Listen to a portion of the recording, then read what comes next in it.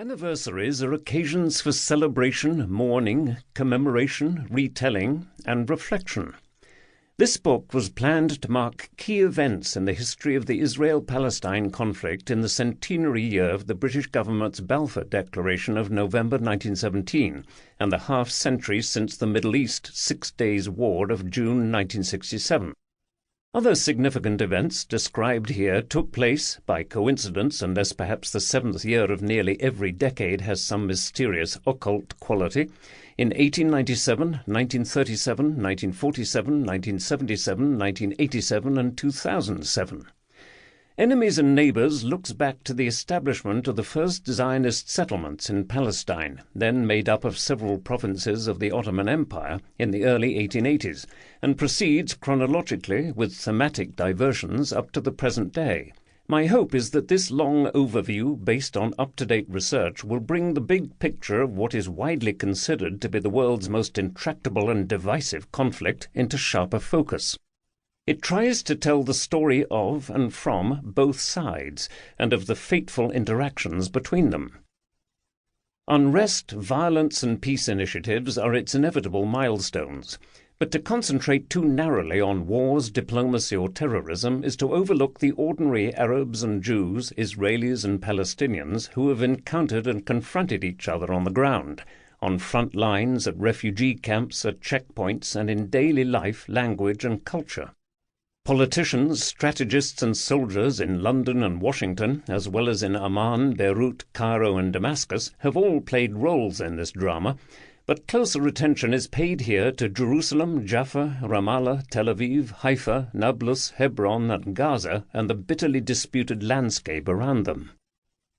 Underlying structures, attitudes and routines matter as much as the endless newsworthy events that erupt from them, a conclusion I have reached in my work both as a journalist and historian. Important themes include the creation of a separate autonomous Jewish society and economy before 1948, and especially the extent to which the Zionists were aware of Arab opposition, which was evident far earlier in my view than is often understood. Other big themes are Palestinian flight, expulsion and dispossession, and the subsequent yearning to return home, the massive impact of the 1967 war, the steady expansion of Jewish settlements in the territories occupied that year, the driving forces behind two Intifadas, uprisings, the shift to the right in Israel, the rise of Islamist views among Palestinians, the vast asymmetry between the sides, and the slow demise of the two-state solution to the conflict, and what that may mean for the future.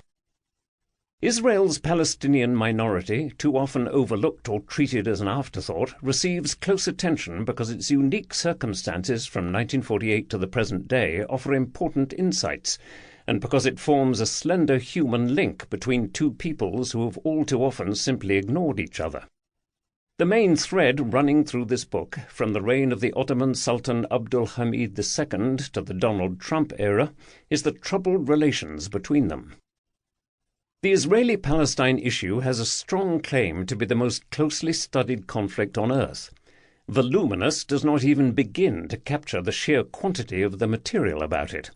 The range and depth reflect its importance, complexity and contentiousness. Back in the mid-1970s, when I began studying the British Mandate period, it was already a well-ploughed field. Now the topsoil has gone and battalions of researchers are hacking away at the bare rock underneath. This book is intended for the general public. Keeping it to a manageable length has meant that choices have had to be made throughout about what to include and what to leave out. It is based on a synthesis of existing scholarship and secondary sources. Primary research covering the entire 135-year history is far beyond the capability of any one author. Specialized publications like the Journal of Palestine Studies, Israel Studies and the Jerusalem Quarterly are vital resources. Nowadays, material originally published in Arabic and Hebrew often finds its way quickly into English, but important older material has not. Academic interest has grown enormously and is closely related to political positions. Several universities in the US and Britain now have dedicated and separate centers for Palestine and Israel studies. In the last decade or so, the fundamentals of the conflict have been illuminated by the paradigm of settler colonialism, based on the